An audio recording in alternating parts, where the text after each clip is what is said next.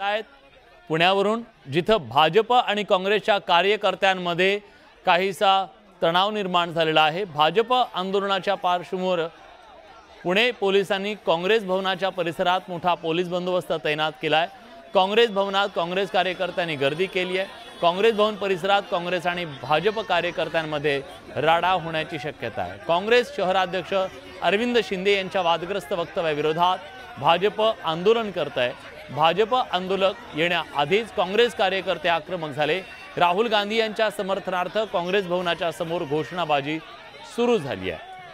चंद्रकांत फुंदे आपले प्रतिनिधी आता आपल्या सोबत आहेत, आपण थेट त्यांच्याकडे जातोय। चंद्रकांत, हा वाद नेमका का पेटला आणि आताची स्थिती तिथली काय आहे?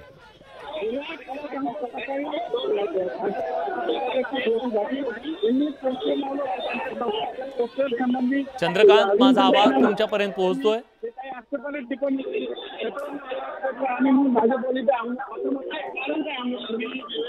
काही तांत्रिक कारणामुळे कदाचित चंद्रकांत यांच्यापर्यंत आपला आवाज पोहोचत नाहीये, पण आताची या घडीची ही महत्त्वाची बातमी। काँग्रेस भवनाच्या समोर भाजप आणि काँग्रेसचे कार्यकर्ते आमने सामने येण्याची शक्यता आहे। त्या पार्श्वभूमीवर पोलिसांनी बंदोबस्त तैनात केलेला आहे। काँग्रेस भवनाच्या समोर मोठा बंदोबस्त हा तैनात करण्यात आलेला आहे आणि भाजपच्या कार्यकर्त्यांनी स्वामी विवेकानंदांचं जे वाक्य आहे की हिंदू विरोधी किंवा हिंदूंच्या विरोधी बोलणारी लोक हिंदुस्थानात ही उपयोगाची नाही किंवा यांना समुद्रात टाकला पाहिजे, एक वाक्य आहे स्वामी विवेकानंदांचं। ते बॅनर लावले, त्याच्यावर अरविंद शिंदे यांनी पुण्याच्या राजकीय संस्कृतीला न पटणारी न शोभणारी ही स्टेटमेंट केलं। अतिशय खालच्या पातळीवर अतिशय घाणेरड्या पातळीनं जे स्टेटमेंट त्यांनी केलं ते स्टेटमेंट न शोभणार आहे। याच्या विरोधात आम्ही आंदोलन करतोय। आमचं आंदोलन हे सत्याच्या बाजूने, आमचं आंदोलन हे हिंदुत्वाच्या बाजूने, आमचं आंदोलन हे अरविंद शिंदे सारख्या घाणेरड्या प्रवृत्तीच्या विरोधात आहे। जी काँग्रेस म्हणते की ये मोहब्बत की दुकान है, तो ये मोहब्बत की नहीं, ये नफरत की दुकान है, ये आतंक की दुकान है, ये गुंडागर्दी की दुकान है।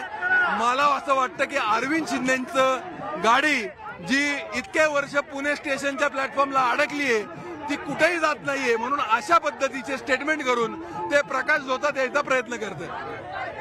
आम्हाला शंका त्यांना माहिती आहे का? त्यांची हत्या करणारे त्यांना लोक माहिती आहे का? आम्हाला शंका आहे। आपल्या सोबत आहेत, आपण थेट त्यांच्याकडे जातो। चंद्रकांत, हा वाद नेमका का निर्माण झाला आणि आताची तिथली स्थिती काय आहे? बघू शकतो इथं भाजपचे आंदोलक आक्रमक झालेले आहेत। गेली 15 मिनिटं झाले त्या बालगंधर्व चौकात आंदोलन करतात आणि अरविंद शिंदे जे काँग्रेसचे शहराध्यक्ष आहेत त्यांच्या विरोधात घोषणाबाजी करतात आणि आपला राग व्यक्त करतात आणि पोलिसांनी मात्र त्यांनी अडवून ठेवलेलं आहे।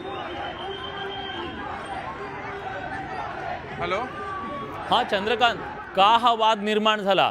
हा वाद का निर्माण झाला? अरविंद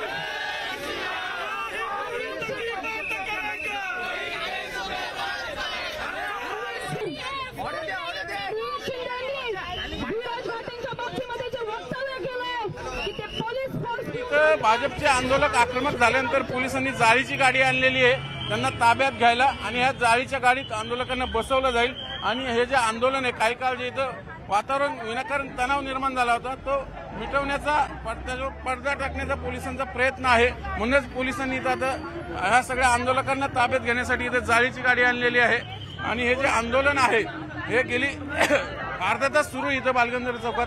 तिकडे काँग्रेसचे कार्यकर्ते काँग्रेस भवनासमोर तैनात आहेत।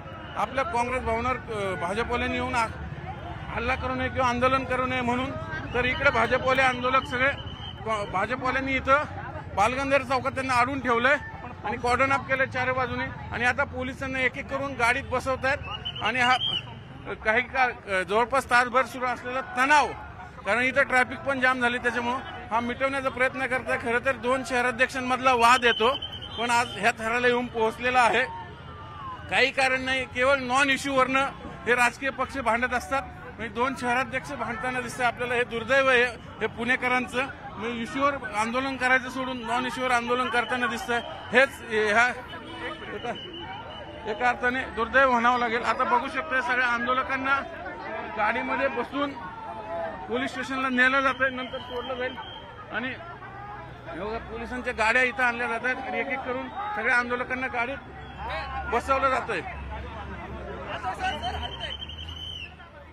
आपण पाहू शकतो धावपळ सगळे पोलिसांची. धन्यवाद चंद्रकांत, तुम्ही दिलेल्या सगळ्या सविस्तर माहितीबद्दल. तर पुण्यात हा सगळा राजकीय राडा आपल्याला पाहायला मिळतोय. भाजप आणि काँग्रेसच्या कार्यकर्त्यांच्या दरम्यान एकमेकांविरोधात केलेल्या वक्तव्याच्या नंतर दोन्ही बाजूचे कार्यकर्ते हे आक्रमक झाले आणि काँग्रेसच्या कार्यालयाच्या समोर जाऊन आंदोलन करण्याचा निर्धार भाजपच्या कार्यकर्त्यांनी केला. त्यामुळे हा तणाव आणखीन वाढला.